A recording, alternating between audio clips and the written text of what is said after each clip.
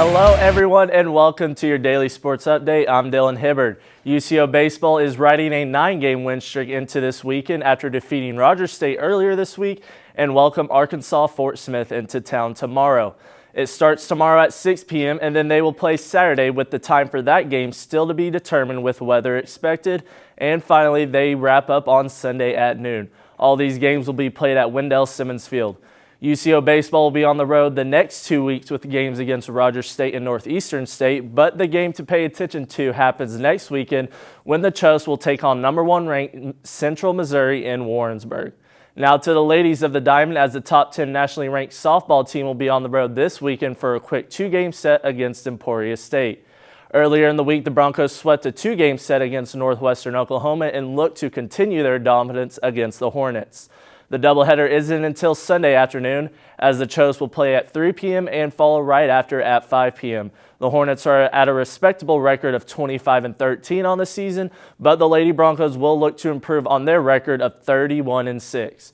Both games will be played in Emporia, Kansas, and keep rolling Chos. Now to the basketball court, as UCO has found a new women's head basketball coach. Congratulations to Hannah Moeller for getting the head coaching job for women's basketball. Moeller has spent the past 9 years at Mid-America Christian University, where she has an insane record of 305 and 102, and reaching the big 20-win mark in 8 of those 9 seasons. UCO Vice President of Athletics Stan Wagden said, quote, "Moeller is a winner. We set out to hire a coach who is reflective of UCO and will add to the momentum that our great university has in Edmond," end quote. Staying on the court, the Oklahoma City Thunder were in action last night on ESPN, taking on former number 1 overall pick and Oklahoma State alumni Cade Cunningham and the Detroit Pistons. As it feels like we say every game, the Thunder's defense was just too much for the opposing team, as OKC tallied 12 steals, 11 blocks, and 10 turnovers.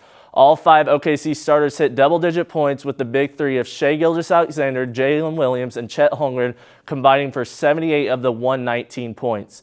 OKC would win this game 119-103 to improve to an insane 64-12 record. OKC is still in contention for that 70-win mark that has only been met in twice in NBA history. The Thunder will be tested in their next 2 games, as the 2-seed Houston Rockets, who just clinched a playoff spot last night, will host the Thunder tomorrow night at 7 p.m. 1 week ago, the Major League Baseball season started, and if you are keeping up with sports, you might have heard of the controversy of the torpedo bat. What is the torpedo bat, some ask? Well, it became big over the weekend when a broadcast showed up-close view of Yankees' Jazz Chisholm Jr.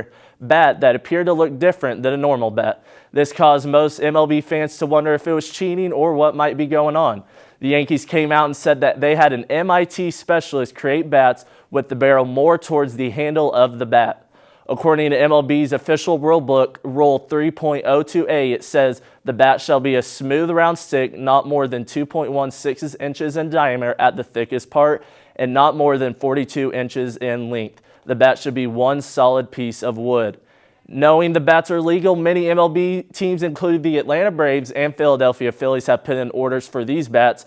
Will these bats provide more home runs, or will hitting a baseball prove to be so hard we won't notice a difference?